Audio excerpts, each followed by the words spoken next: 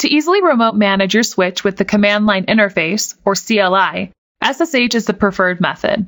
In this case, our switch doesn't have SSH access enabled by default, so we'll have to configure it with the Web Graphical User Interface, or Web GUI. Another method might be to enable it by a console port. However, we won't be covering that in this demo. First, we must enable the SSH service since it's not currently running. To do so, we go to Security and then TCP/UDP Services. Here, you can see the active running services on the switch. Our SSH service is not checked, so we click Enable and then Apply. Let's create a user for our CLI access. We're going to go to Administration and then User Accounts. Next, we're going to select Add. For this case, we're going to keep our username conventions similar, so I'll name the username Cisco CLI. Then we type in a password and confirm the same password.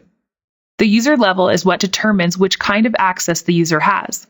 Since the purpose of this account is only to access the CLI, we're going to select Read Limited Write CLI Access.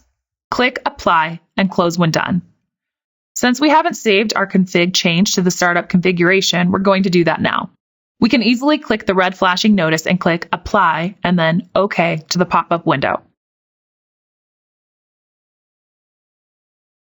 In order to verify our changes worked, we're going to use PuTTY to SSH into this switch. I already have the IP address of the switch saved, so I'll just click on it. Enter the username and then the password. Let's try a few commands. The sharp command shows known stored IP addresses and MAC addresses connected to the switch. Let's try config t to enter configuration mode. Using both commands tells us our access is working, as these wouldn't work in read-only mode. Let's minimize this and go back to the Web GUI.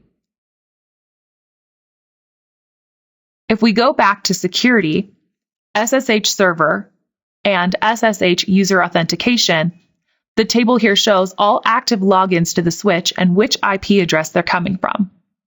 That's it for this demo. In this demo, we discovered how to configure SSH on a switch. From there, we created a user strictly for CLI access, and we tested out the account by using PuTTY to SSH into the switch.